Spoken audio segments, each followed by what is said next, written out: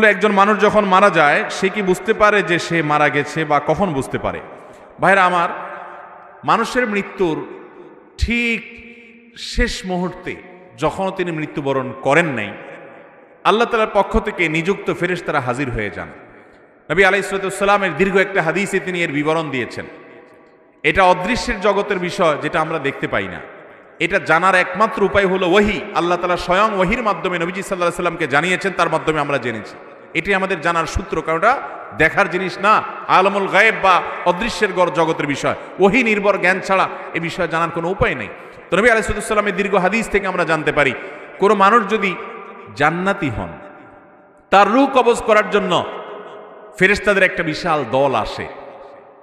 তারা এত সুন্দর করে আসে, উপস্থাপন হয় ওই লোকের সামনে যে তাদের আচার আচরণ, তাদের ওই লোকটাকে অভিবাদন জানিয়ে আখিরাতের জগতে নিয়ে যাওয়ার জন্য, ওয়েলকাম জানানোর জন্য আসার যে ব্যবস্থাপনা, দামি মূল্যবান পাত্র, রুমাল, সেখানে রূহ কবজ করে নেওয়া, সেগুলোর জন্য যে আয়োজন থাকে, এটা দেখতে দেখতে সে আল্লাহর বান্দা, নেককার বান্দা, ইমানদার মানুষটা, জান্নাতি মানুষটা হাসতে হাসতে তার রূহটা বের হয় এবং দুনিয়া থেকে চলে যান।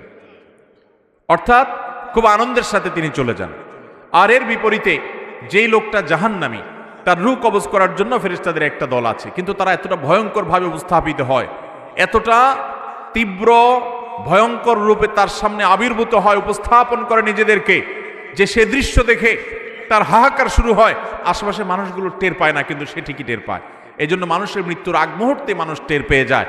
এমনকি যারা ঈমানের উপরে সারা জীবন অটল ছিল, অবিচল ছিল, তাকওয়ার উপরে অটল অবিচল ছিল, হারাম থেকে বাঁচার জন্য সংগ্রাম করেছে সারা জীবন, এই মানুষগুলোকে কোরআনে বর্ণিত আয়াতে বলছে যে তাদের জীবন সায়ান্নে, তাদের রূহ কবজ করার আগে আল্লাহর পক্ষ থেকে ফেরেশতারা তাদেরকে জানিয়ে দেন, তারা উপস্থিত হন, তাদেরকে সুসংবাদ দিতে থাকেন, আল্লাহ খাউফুন আলাইহিম ওয়ালা হুম ইয়াহজানুন, যে তাদের কোনো ভয় নাই, তাদের কোনো পেরেশানি হবে।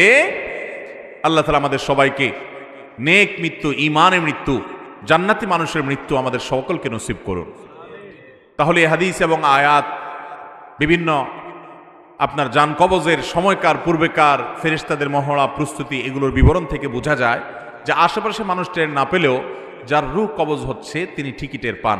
ভালো মৃত্যু, ঈমানের মৃত্যুর জন্য বেশ কিছু আমল আছে ভাই, সে আমলগুলো আমরা কোনো একটা মাহফিলে আলোচনা করবো ইনশাআল্লাহ। এই ঈমানের মৃত্যুর জন্য একটা কমন আমল হলো যে আমরা সবসময় ঈমান এবং নেক আমলের উপরে, ফরজ কাজ করার উপরে, এই যে ফজরের সময়, শীতের সময় ফজর নামাজ পড়া কষ্টকর, কিন্তু কষ্ট উপেক্ষা করে হলেও করবো। এইভাবে আপ্রাণ যদি চেষ্টা করে যান, নিজের সঙ্গে নিজে লড়াই করে যদি আল্লাহর ফরজ বিধান মানেন, হারাম থেকে বাঁচার চেষ্টা করেন, আপনার মৃত্যুর সময় ঈমান সাথে নিয়ে আপনি যেতে পারবেন ইনশাআল্লাহ। তাহলে ঈমানের মৃত্যু যখন হবে, তখন সুসংবাদ পেতে পেতে দুনিয়া থেকে যাব। আল্লাহ না করুন যদি বেঈমানের মৃত্যু হয়, ফাসিকের মৃত্যু হয়, কাফেরের মৃত্যু হয়, তাহলে সেক্ষেত্রে দুনিয়া থেকে দুঃসংবাদ দেখতে দেখতে যাওয়া লাগবে।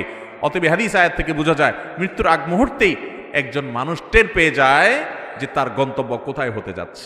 আল্লাহ তাআলা আমাদের সবাইকে নেককার মানুষের মৃত্যু নসিব করুন।